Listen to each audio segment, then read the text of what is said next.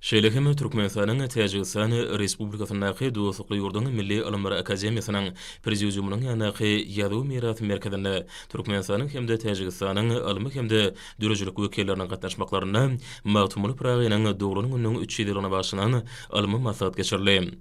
Munyň özi Türkmenistanyň prezidentiniň gündöwrüň beýik akyllary hemde nusgaw şäheri magtumly pragynyň dogrunyň günüň 3 ýylyny bellemek hakynda kararyna laýyklykda 2024-nji ýylyň ilkinji günlerinden başlap watanymyzda hemde daşary ýurtlarda beýik söz sadynyň adamzadyň ruhy medeniýetiniň hazynasyna giren hemde ýaşarda ýokary ahlaklylyk, insanperwerlik, watançylyk duýgularyny terbiýelemegiň milli mektebiniň binýadyny emele getirýän baý edebi mirasyny öwrenmek, bütün dünýäde wagt etmek boýunça alınıp barlayan giň önemli işlerini aýdyň subutnamasy.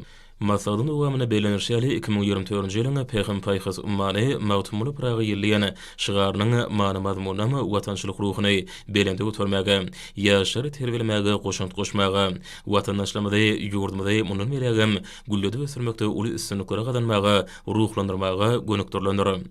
Häzirki wagtda magtumly pragynyň şygyrlary täzeçe öwüşgünde ýanlanyp, halkary insanperwer hyzmatdaşlygy puturlanmakda, türkmen halkynyň hoşmeýli erkiniň nişany öwrüli. Beýik akyllar şäheriniň döjürük mirasy bahatyna ýetip bolmajak milli baýlykdyr hemde dünýä medeniýetiniň hazynasynyň aýrylmady bölegidir.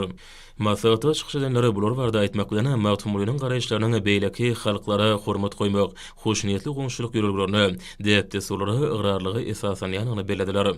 Bu ýörelgiler Türkmenistanyň bir tarapynyň mazmuny emele getirýär hemde ýurdumyzyň diplomasiýasynyň parasatlygynyň dogamatlygynyň hemde ähmiýetiniň çeşmeti bolmagyny dogam etdirýär.